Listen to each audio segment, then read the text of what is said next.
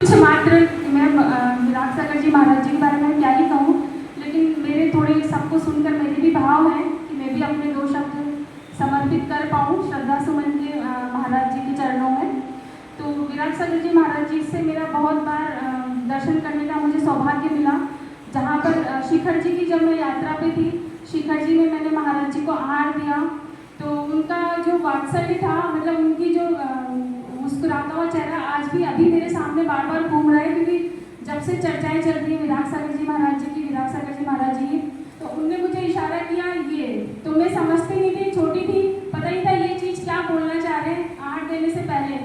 तो फिर मुझे किसी ने बताया कि ये चीज़ मतलब आपको आलू के त्याग करने पड़ेंगे। तो उनने बोला कि साल भर के आप करो। तो मैंने कहा महाराज जी थोड़ी परेशानी होती है, तो बोला 1 महीने के करो।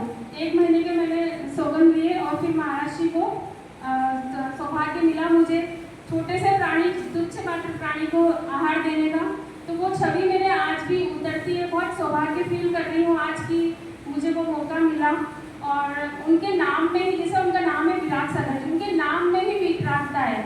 वो बहुत वात्सल्य की मूर्ति थे और हर किसी को अपना समय देते थे, आशीर्वाद देते थे। हम लोगों ने बहुत बार दर्शन का मौका मिला। भवानी निकेतन में जब प्रोग्राम था उनका, जब विद्याश्री माता जी का हमारे यहाँ चातुर्मास हुआ, जो उनकी बहुत खास शिष्या थी, उनको गणनी पद यहाँ जयपुर में ही मिला, तो तब भी हमें सानिध्य मिला महाराज जी का।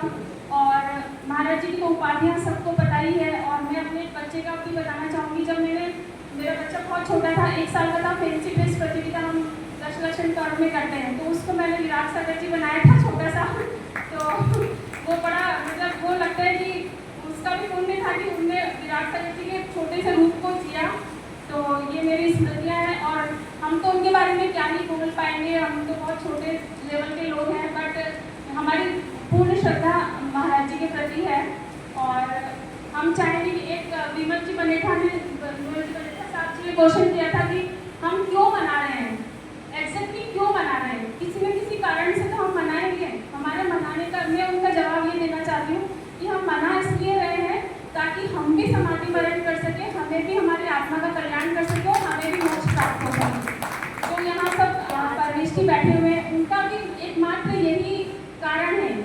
हम इतने कष्ट सहन क्यों कर रहे हैं कि हम भी अपनी आत्मा का कल्याण कर सकें, मोक्ष की प्राप्ति कर सकें।